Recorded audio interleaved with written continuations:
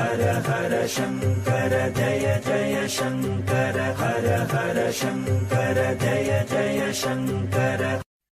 தேனம்பாக்கம் பக்கத்தில் வெள்ளிக்குளம் என்ற ஊரில் ஒரு அம்மா இருந்தார்கள். அவர்கள் மகா பெரியவாளை தரிசனம் பண்ண தினமும் வருவார்கள். அவர்களுக்கு மகா பெரியவாளிடம் பக்தி அதிகம்.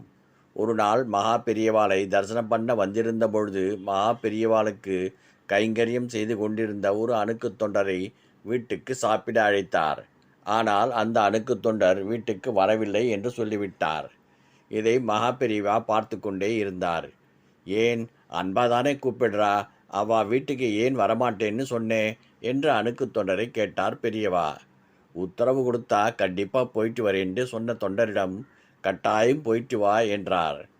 அந்த பெண்மணி அந்த பக்தரை தன்னுடைய வீட்டுக்கு அழைத்து கொண்டு போனார். அவரை ஒரு நாற்காலியில் உட்கார சொல்லிவிட்டு வீட்டை சாணம் போட்டு துடைத்து கோலம் போட்டு அதற்கு பிறகு ஒரு பலகையை கொண்டு வந்து வைத்தார். அந்த பலகையும் கோலம் போட்டு பகவானே குருநாதா என்று சொல்லிக்கொண்டே பால், தயிர், வெண்ணெய் இவற்றை கொண்டு வந்து பலகை பக்கத்தில் வைத்தார். அந்த பலகை மேலே கொஞ்சம் பூ போட்டு பால், தயிர், வெண்ணெய் கிண்ணங்களை வைத்துவிட்டு நமஸ்காரம் பண்ணினார். ஒரு 5 நிமிஷம் ஆச்சு. அப்புறம் அந்த பக்தரை பார்த்து, சுவாமி, பெரியவாளை பார்த்தேளா என்று கேட்டாள். அந்த பக்தர், இல்லையம்மா, நான் பார்க்கலையேன்னார். அந்த அம்மா சந்தோஷமா, இப்போத்தான் பெரியவா வந்து சாப்பிட்டார் என்று சொன்னார்.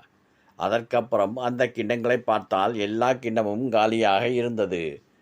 மகா பெரியவா அந்த பெண்மணிக்கு காட்சி கொடுத்திருக்கார். ஆனால் அந்த அணுக்கு தொண்டருக்கு காட்சி கொடுக்கவில்லை. அவர் வருத்தத்தோட மடத்துக்கு திரும்பி வந்தார். என்ன, வாத்துக்கு போயிட்டு வந்துட்டியா என்று கேட்டார் பெரியவர். போனேன், பார்த்தேன் என்றார் பக்தர். சரி சரி, நீ பார்த்ததை யாரிடம் சொல்ல வேண்டாம். அப்படியே சொன்னாலும் யாரும் நம்ப மாட்டார்கள். நீ பொய் சொல்கிறேன்னு சொல்லுவா என்று பெரியவா சொன்னார்.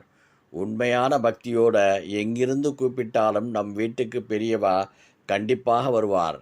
நம் வீட்டிலும் சாப்பிடுவார். ஹர ஹர சங்கர ஜய ஜய சங்கர ஹர ஹர சங்கர ஜய ஜய சங்கர